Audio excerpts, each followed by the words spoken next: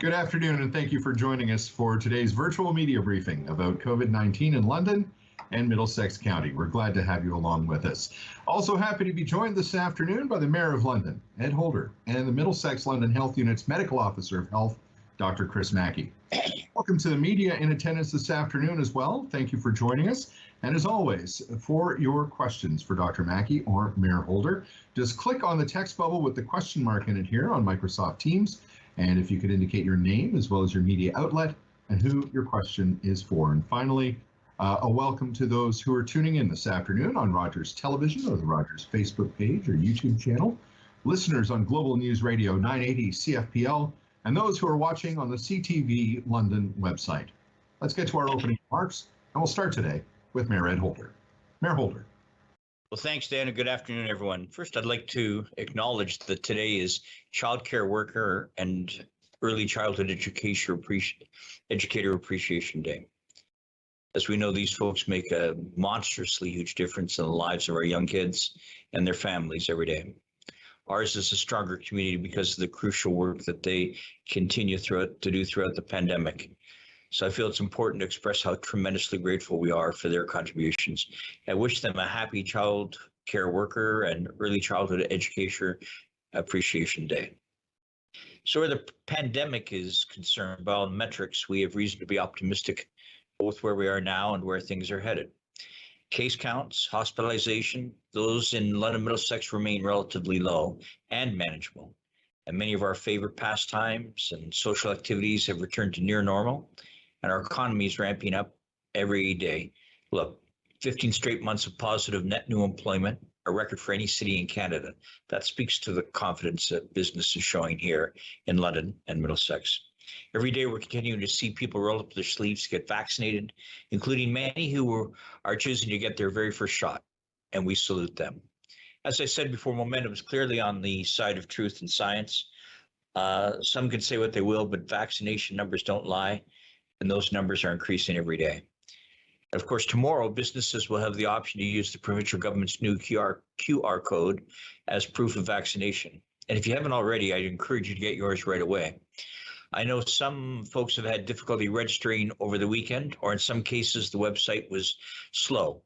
But those issues appear to be largely resolved, and it's super easy. It only takes a few seconds. So to get your QR code, if you haven't already, Google, and here it is, COVID QR Code Ontario. That's COVID QR Code Ontario, and follow the links.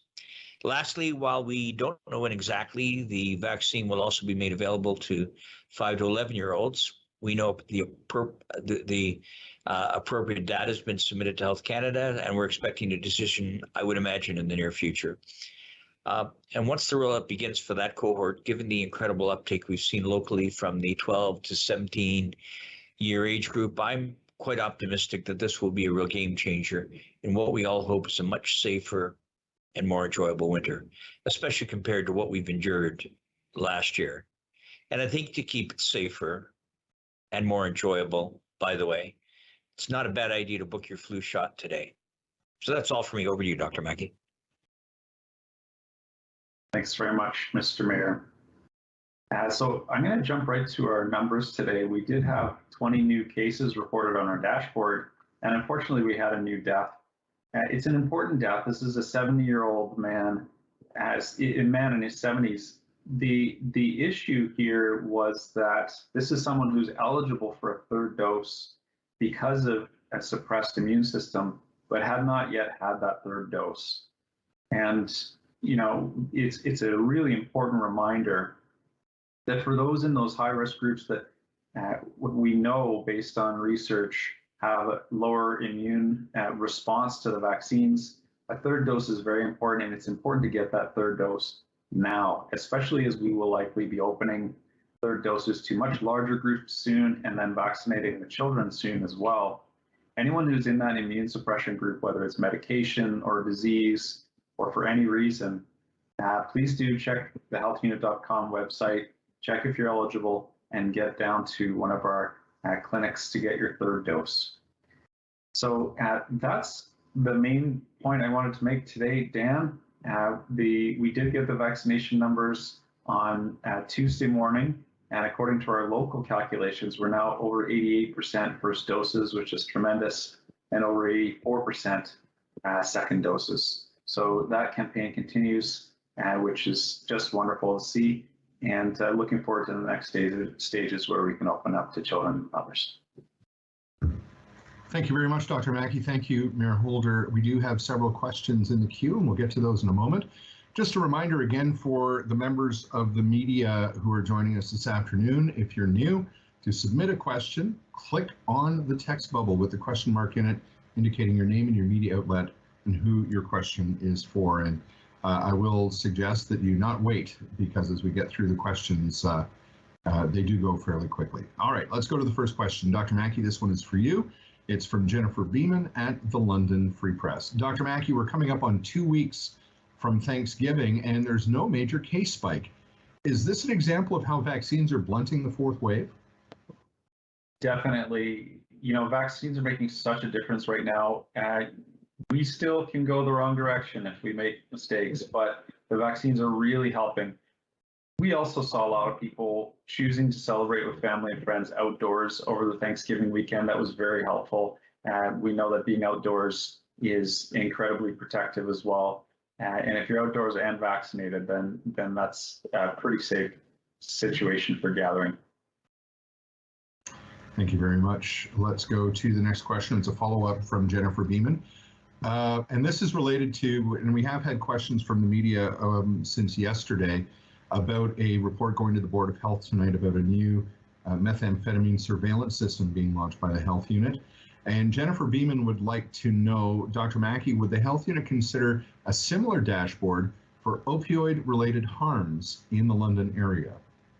Yeah, I appreciate the question. So there is a great dashboard at the Public Health Ontario website that reports deaths and hospitalizations for people in London and Middlesex, or all health units in Ontario, and that is related to opioids. So that exists at the provincial level. We use that same data, and often use their chart making to watch the trends here locally. The issue with crystal meth, and the reason why there is a surveillance system that we've now put into place, is that the harms are much more complex. With crystal meth, overdose doesn't necessarily result in death. Usually it doesn't, but it can result in lots of problematic health behaviors, disruptive behaviors, all sorts of consequences. So it's a more complicated problem to monitor and surveil. That's why we put this system in place, and I'm looking forward to speaking with the Board of Health this evening more about that. Thank you very much, Dr. Mackie. The next question is from Jane Sims at the London Free Press. Dr. Mackie, how quickly would you expect the vaccine campaign for school kids would roll out once it's given the green light nationally? What is the MLHU's strategy for getting kids vaccinated? Oh, Dr. Mackie, I think your microphone is muted. Thank you, Dan. So let's talk for a moment about the campaign to vaccinate kids. Best signals we're seeing is this may be available as early as the beginning of December. That could be, give or take, I would say 2 weeks to a month.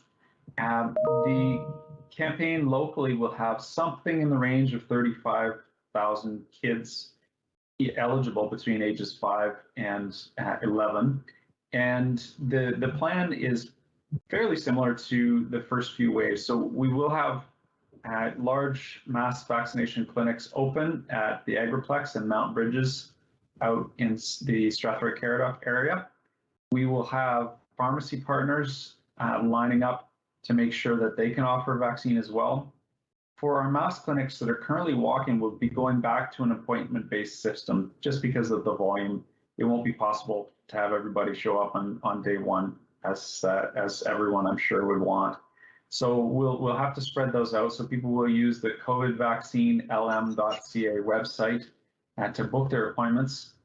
We believe we can get through those kids in about 2, maybe 3 weeks with all systems going strong, which they will be by December.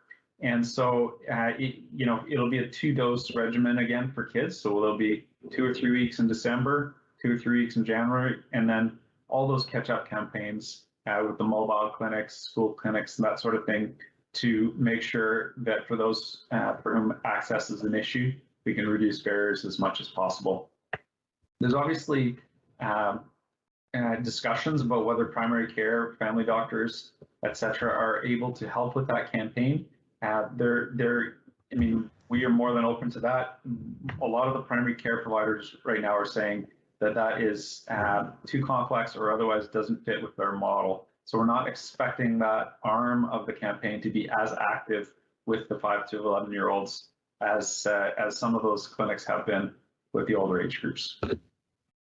Thank you, Dr. Mackie. The next question is a follow-up from Jane Sims, and this relates to the people who are currently eligible to receive third doses. Dr. Mackie, Jane asks, can you tell us how many people have received third doses in the region and how many people are eligible? Yeah, thanks, Jane. So, I mean, we have finished all of the long-term care homes. We finished them several weeks ago. Retirement homes will be done over the next few days. We're also moving into the NORCs, which stands for Naturally Occurring Retirement Communities. So these would be homes, apartment complexes where there just happen to be a large number of seniors. Those groups have been offered vaccine and are being offered on a walk-in basis at the mass clinics. So I don't have an exact number for you, Jane. I can tell you based on long-term care and retirement homes that we're likely in the range of about 10,000 third doses at this point, and more coming soon, hopefully, as we get into offering folks at the NORCs their third doses as well. Thank you very much. Yes, that I'm sure is a new term for a lot of folks joining us this afternoon, the naturally occurring retirement community. Dr. Mackie, a follow-up question here from Jane Sims from the London Free Press. Back to the schools for a moment. Will the health unit be holding any vaccination clinics in the schools? For sure, Jane. We absolutely will. They aren't nearly as efficient as the mass vaccination model. When we go through schools annually, every year we go through for hepatitis B, meningococcal, and HPV vaccines. And it takes months, first of all, months to organize all of those visits with each school, working with the principals and the logistics folks, how the layout's going to be. And then it takes months to actually implement. And we don't want this campaign to take months. We want it to take, days, weeks at the most. So that's why the mass model is much more efficient and appropriate for right now. And of course, just grateful to all of the pharmacies who have been able to take on COVID vaccination as well. They'll play a big part in that. And then once we've got, as many people through as quickly as possible through the mass clinics as we can, then we'll be pivoting to adding mobile clinics and other sorts of options. Certainly a lot on the horizon over the next couple of months. So we will, as they say, watch this space for new news and information. All right, let's go to our next question. It's from Angela McInnes at CBC London. Dr. Mackie, how long had the man in his 70s who passed away been vaccinated? Are there any updates on when the third shots should be administered? And how are the health authorities going to steer the ship when the majority of cases, hospitalizations, and deaths are in vaccinated people? Yeah, so thanks for the questions, Angela. So this is an individual who had a second vaccination in June. So again, this is not an issue of waning vaccine effectiveness. That may have played a minor role, but this is somebody who came from a group with immune suppression, somebody who had a reason that their immune system would not be adequately responding to the first 2 doses. That is the group that we are targeting right now with third doses. That is what we have direction from the province on and approval from the federal government as well. So that's where our third doses are going. Any updates on when third shots should be administered? So again, we're going through a staged rollout right now, targeting those that we know had lower than expected immune responses to the first 2 doses, such as people on immune suppression medication, people with HIV/AIDS or other illnesses that affect their immune system, people that might be organ recipients who have immune suppressing medication to avoid rejecting the organ, the graft. So in the next stage of third doses could roll out we have been told there is an announcement coming. We don't have exact timing, but it could be within the next week or two about when we would roll out third doses to additional groups. Next question is around when the majority of cases and hospitalizations or deaths are in vaccinated people. So, yeah, I mean, the campaign, the COVID pandemic management right now has the two main arms. You've got vaccination, which we know is something in the range of 90% effective at preventing disease. And then you've got the public health measures, things like masking, distancing, and limiting and curbing how people gather in order to try and make those gatherings as safely as possible. Those two arms have to continue regardless. We know that as we reach the point where almost everybody is vaccinated, and this is an illness for which vaccination is very effective, but not 100% effective, it's natural that we'll see more cases happening in people who are vaccinated simply because there are so many more people who are vaccinated. So that in itself really doesn't change things a whole lot for us. Thank you very much, Dr. Mackie. Mayor Holder, I believe you have a comment as well. Yeah, I normally don't weigh in on the medical component, but that third question, I think he belies a certain reality in that is not the case today. The majority of cases, hospitalizations, and deaths are not taking place with vaccinated people. They're taking place with those who are unvaccinated. We talked long and hard about the issue of the pandemic of the unvaccinated, and that is still a serious issue today. I don't think any of us look forward, quote unquote, to the time when all we are talking about are those who are vaccinated. But I'll tell you, that will be a significantly less issue to deal with because people are all doing the right thing. So I think it speaks to the issue, Angela, that what we have to do more and more is encourage those people who have not had their vaccinations to do so for their sake, for their family's sake. So let me just get back to whatever we want to call normal again. Thank you very much, Mayor Holder, and thank you, Dr. Mackie. Thank you, gentlemen, for your time, for your insights and your information, as always, on these virtual media briefings. We do appreciate it very much. That does bring us to the end of our questions for this Thursday afternoon. We thank you for joining us. We look forward to the next virtual media briefing that will be coming up on Monday afternoon at 2 p.m. And Elizabeth Milne from our communications department will be leading that virtual media briefing. So we hope you join her, Dr. Mackie, Mayor Holder, as well as Warden Burkhart Jessen, and I believe Dr. Ducalo from LHSC will be on that call. So between now and next Monday afternoon, have a great rest of your Thursday, have a great weekend, and so long for now.